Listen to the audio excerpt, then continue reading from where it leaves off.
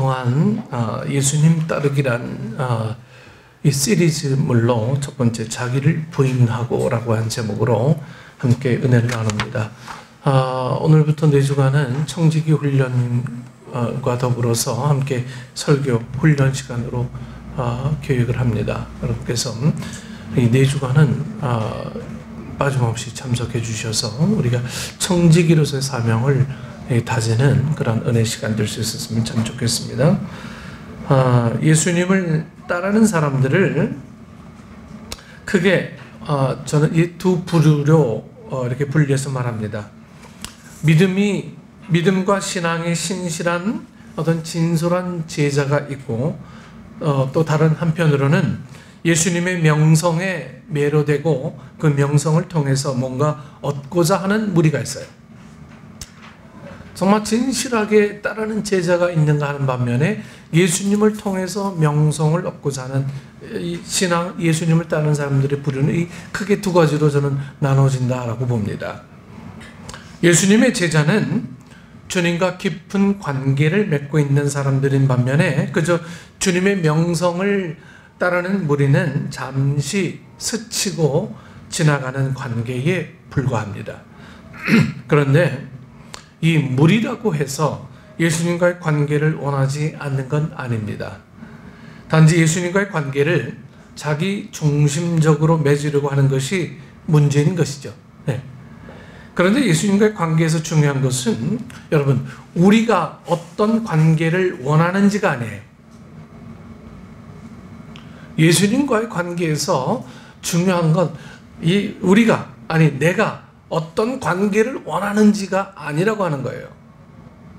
중요한 것은 예수님께서는 과연 어떤 관계를 원하시는가이죠.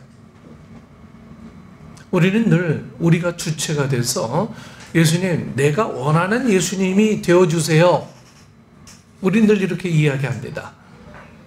이 말을 다시 다른 말로 좀 표현하자면 교회는 내가 원하는 스타일이 되어야 됩니다. 이거예요. 우리 모두 다 이런 생각을 갖고 믿음 생활을 한다면 여러분, 예수님의 모습은 아마 참 우리가 상상하지 못할 정도로 이상해져 있을 거예요. 다 내가 원하는 예수님의 모습만 보니까요. 중요한 것은 예수님이 원하는 내 모습이 뭐냐, 예수님이 원하는 관계가 어떤 모습이냐 하는 거죠. 그렇다면 예수님은 우리와 어떤 관계를 원하시는지 이걸 알아야 되지 않겠어요? 예수님은 어떻게 하는 것이 또 그분을 진정으로 그리고 진솔하게 따르는 것이라고 말씀하시는지 여러분, 우리가 그걸 알아야 되지 않습니까? 주님은 어떤 관계를 원하시는지를 알아야 내가 그렇게 따라주죠.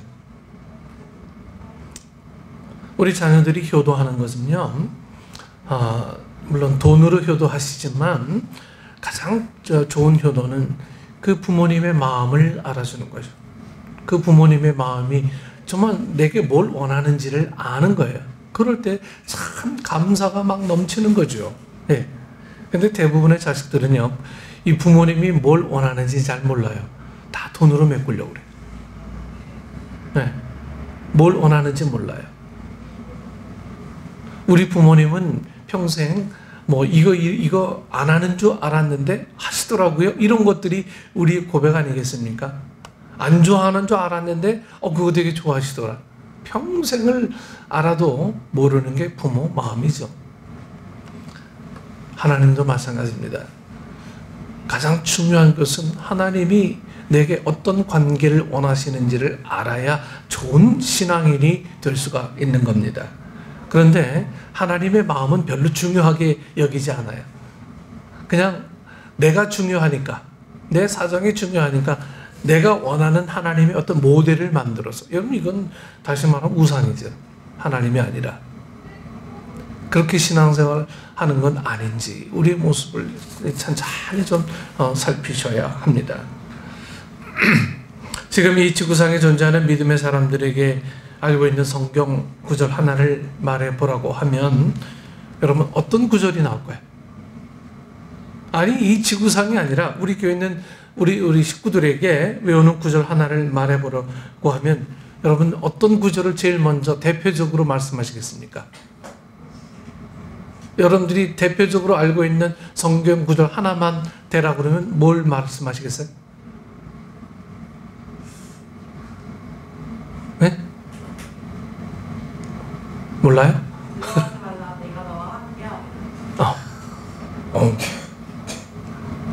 대표적인 거예요? 네. 아마 대부분의 사람들은 그 뭐 매스컴에도 많이 나오지 않습니까? 요한복음 3장 16절 아니겠어요? 그렇죠? 이건 뭐 어린 애도 다 외우잖아요. 하나님이 세상을 이처럼 사랑하사 독생자를 주셨으니 이는 그를 믿는 자마다 멸망하지 않고 영생을 얻게 하려 하심이라. 이건 뭐 세계인들 누구나가 아마 대표적으로 외우는 말씀이 요한복음 3장 16절 이 말씀일 겁니다. 사람들이 이 구절을 가장 많이 인용하는 데는 아마 그만한 이유가 있어요. 그것은 이 한 구절에 하나님이 우리를 사랑하시고 예수님이 우리를 위해 돌아가셨고 우리가 그분을 통해 영생을 얻을 수 있다는 내용, 곧 복음의 핵심이 아주 그냥 그 말씀에 다 녹아들었기 때문에 이 말씀이 성경 이 말씀의 아주 대표적인 구절이 아닌가 하는 거죠. 빌리그리암 목사님도요. 그래서 이 당신이 전도 집회는 항상 이 요한복음 3장 16절로 말씀을 늘 마무리했다고 합니다. 그래서 그런지 이 요한복음 3장 16절은 스포츠 경기장에도 자주 등장합니다. 예. 여러분들이 잘 아는 그 스테판 커리 농구 선수 알죠? 예. 키는 크지 않은데 믿음이 아주 신실해요. 그의 운동화에 요한복음 3장 16절이 써 있어요. 또 UFC 미들급인지 아니면은 헤비급인지 잘 기억이 안 나지만 어느 선수는 흑인 선수인데요. 머리 뒤에다가 요한복음 3장 16절 이렇게 써놓고 경기합니다. 그 사람들이 응원할 때면 요한복음 3장 16절 이게 복음의 핵심이니까 피켓을 들고 응원하기도 하고요. 그런데 여지껏 요한복음 3장 16절이라는 이 피켓은 종종 봤는데 오늘 본문 말씀인 누가복음 9장 23절에 이라고 쓴 피켓은 한 번도 본 적이 없어요. 누가복음 9장 23절 오늘 이 말씀은 피켓을 들고 있는 모습을 한 번도 보지 못했어요. 그런데요, 이 말씀은 누가복음뿐만 아니고요, 사복음서에 다 나오는 구절입니다. 사복음서에 다 나오는 기적이 하나 있죠. 물이 포도주 되는 기적이요. 예, 그거는 사복음서에 다 나오잖아요. 그 사복음서에 다 나오는 구절 하나가 오늘 이 본문 이 말씀입니다. 누가복음 9장 23절.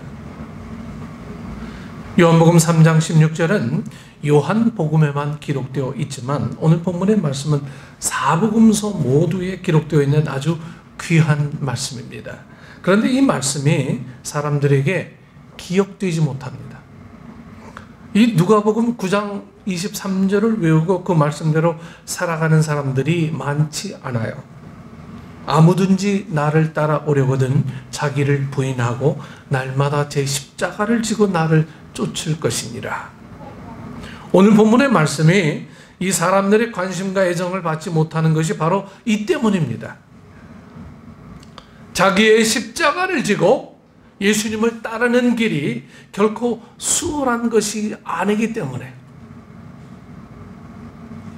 그런데 예수님은 바로 이 구절을 우리에게 주시며 이것이 바로 예수님께서 원하시는 그분과의 바른 관계를 맺는 것이라 오늘 말씀하고 있는 거죠. 이 말씀 속에서 주님이 나에게 원하는 관계는 오늘 누가복음 9장 23절의 이 구절의 말씀인 거예요. 이 구절에 예수님의 마음이 담겨 있다라고 하는 거예요.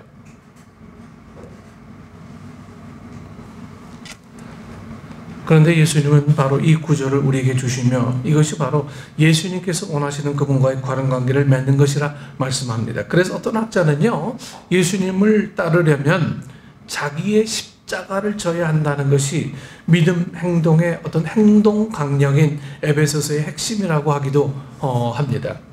제가 이렇게 요한복음 3장 16절과 오늘 본문 말씀의 서론에 심혈을 기울인 이유는 이 요한복음 3장 16절과 누가복음 9장 23절이 여러분 하나로 이렇게 합쳐져야 믿음의 백성의 아름다운 신앙 행진이 되기 때문이라고 저는 그렇게 믿고 있기 때문에 그래요. 하나님이 세상을 이처럼 사랑하사 독생자를 주셨으니 이는 저를 믿는 자마다 멸망하지 않고 영생을 얻게 하려 하심이라는 이 요한복음 3장 16절은 예수님을 믿는 믿음을 강조한 말씀입니다. 그런가 하면 아무든지 나를 따라오려거든 자기를 부인하고 날마다 제 십자가를 지고 나를 쫓을 것이니라. 이 말씀 누가복음 9장 23절은 예수님을 따르는 신앙을 강조한 말씀입니다. 우리는 그동안 요한복음 3장 16절의 말씀을 통해서 믿음의 백성이 되었고 예수님을 구주로 고백하는 구원받은 백성이 되었다고 말해왔습니다.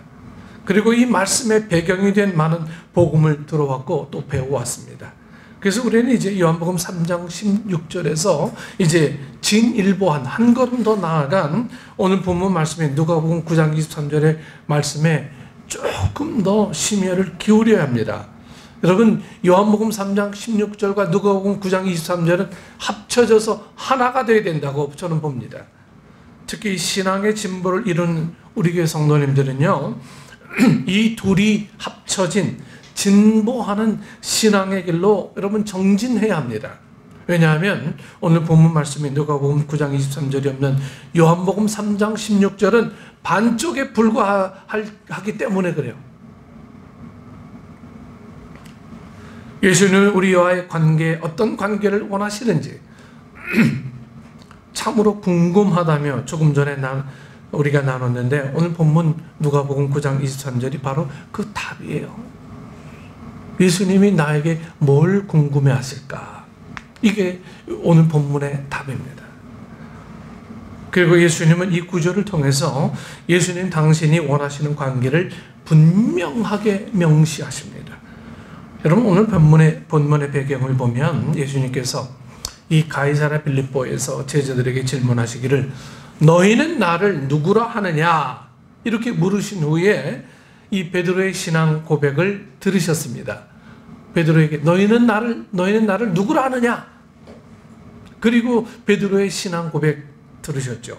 그리고 22절에 보니까 인류의 죄를 대신 짊어지시고 십자가에서 죽으실 순환을 예고하셨습니다. 그리고 바로 이어서 아무든지 나를 따라오려거든 자기를 부인하고 날마다 제 십자가를 지고 나를 쫓을 것이니라. 이렇게 교훈하십니다. 자기 십자가를 지라는 것입니다. 십자가를 진다는 것은 십자가의 무게를 느끼며 십자가의 고통을 당하는 거예요.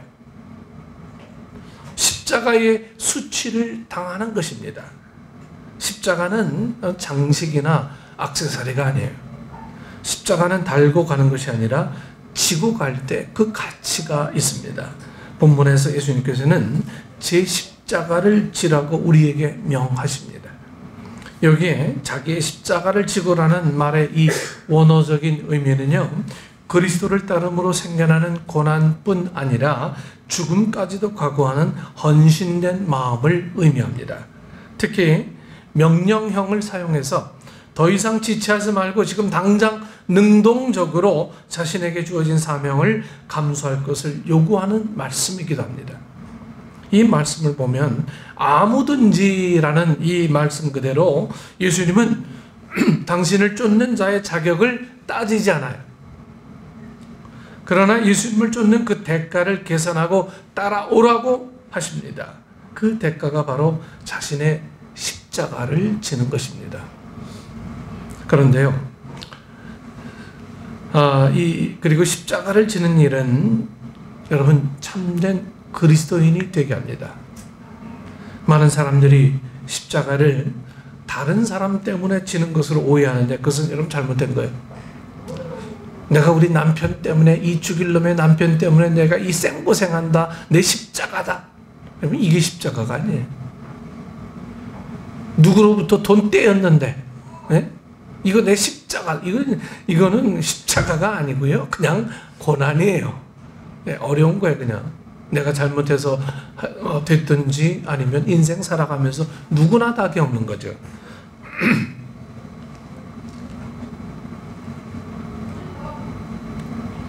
때로는 남편 때문에, 때로는 아내 때문에, 때로는 자식 때문에 십자가를 진다고 이렇게 흔히 이야기하잖아요.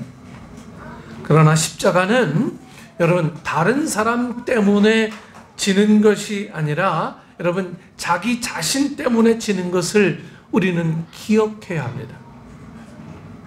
자기 자신 때문에 지는 게 십자가예요. 그러므로 자기 십자가를 지고 주어진 믿음의 길을 가야 합니다. 그렇다면 자기 십자가를 지고의 행동은 여러분 과연 무엇을 의미합니까? 자기 십자가를 지고의 행동.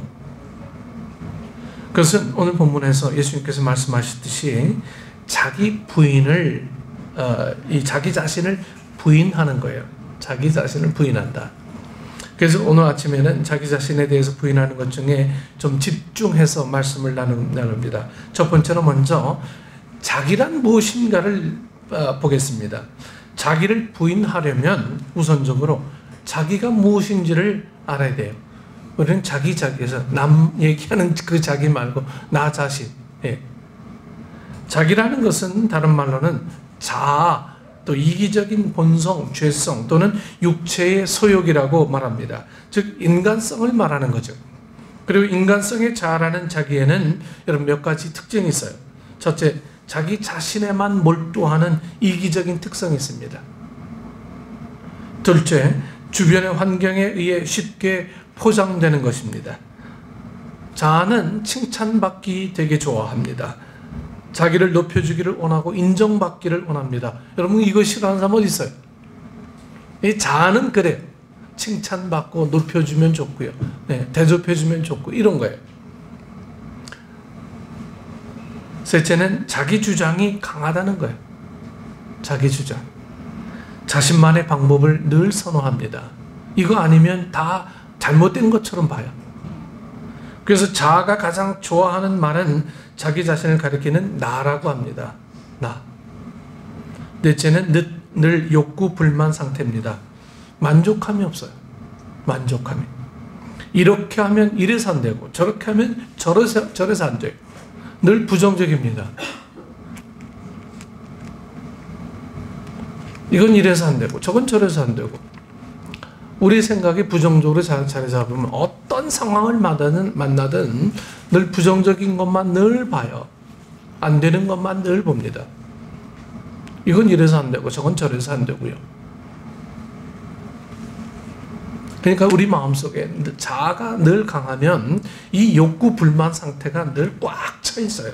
즉 긍정적인 걸 자꾸 보려고 하는 시각이 자꾸 마비 상태로 되어버립니다. 다섯째로 그러나 자아는 자기 자신에게는 항상 관대합니다. 나에게는 항상 관대. 이래서 뭐 이랬다 저래서 저랬다 하면서 자기 자신에 대한 이해가 늘 풍성합니다. 나는 이래서 이런 거야. 너 알기나 해? 내가 무슨 말 하는지 알아? 늘 내 자신에게는 늘 관대해요. 물론 자아에 대한 좋은 것도 있지만 그러나 대개는 다 부정적이에요. 다 부정적입니다.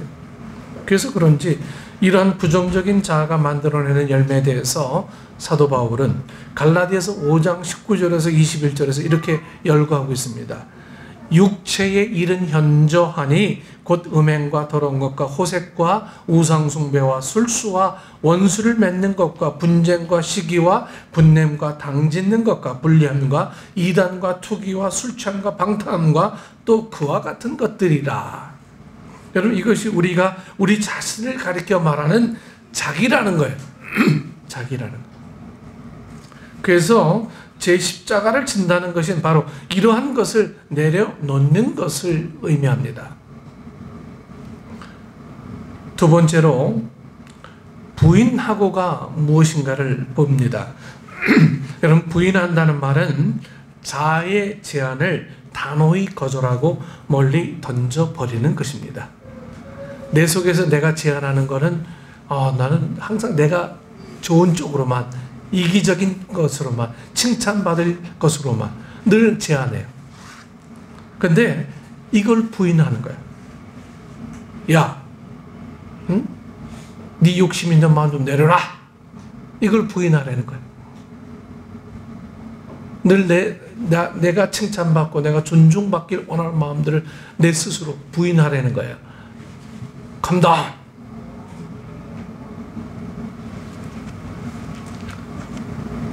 즉 자기 자신의 마음속에서 세상적인 욕심에 매여있는 이 부정적인 자아가 요청하거나 제안하는 것을 즉각적이고 단호하게 아니요라고 말하는 거예요. 그런데 참 단호하게 이야기하지 못할 일들이 세상에 참 많이 있죠. 그 안에 관계 속에서 물질이 개입되어 있거나 이러면 참 단호하게 거절하는 게 정말 어려운 거예요. 그래서 이 세상에 두 신이 있는데 하나는 하나님이고 하나는 돈이라고 그러잖아요. 이 돈의 유혹 앞에, 돈의 위협 앞에 여러분, 내 자신을 부인할 사람이 과연 얼마나 되겠습니까? 우리 마음속에서 자꾸만 내가 부정적으로 요청하는 이 모든 것들을 자꾸 부인해야 돼요. 내려앉혀. 네가 서야 될 자리가 어디야? 우리 스스로 우리 영적인 전쟁을 우리 속에서 자꾸 벌여야 됩니다. 괜찮겠지 뭐. 이거 한 번뿐인데 뭐. 여러분, 이렇게 하다가 이 세상과 타협하는 건 여러분 시간 문제입니다. 여러분, 이것이 결코 쉽지가 않습니다. 그래서 우리 믿음의 백성들은 우리의 내면에서 끝없는 전투가 벌어지고 있는 거죠. 그래서 사도 바울이 여러분 이렇게 권면합니다. 갈라디아서 5장 16절 말씀입니다. 내가 이르노니 너희는 성령을 쫓아 행하라. 그리하면 육체의 욕심을 이루지 아니하리라. 육체의 소욕은 성령을 거스리고 성령의 소욕은 육체를 거스리나니 이 둘이 서로 대적함으로 너희의 원하는 것을 하지 못하게 하려 함이니라. 너희가 만일 성령의 인도하시는 바가 되면 율법 아래 있지 아니하리라. 갈라디아서 2장 20절 말씀이죠. 그리고 이러한 자기 자신을 부인한다는 것은 자신의 정과 욕을 십자가에 못 박고 자기 자신은 죽고 예수님이 자기 안에 살아계심으로 살아감을 갈라디아서 2장 20절 말씀에서 이야기합니다. 여러분, 우리는 이 말씀의 의미를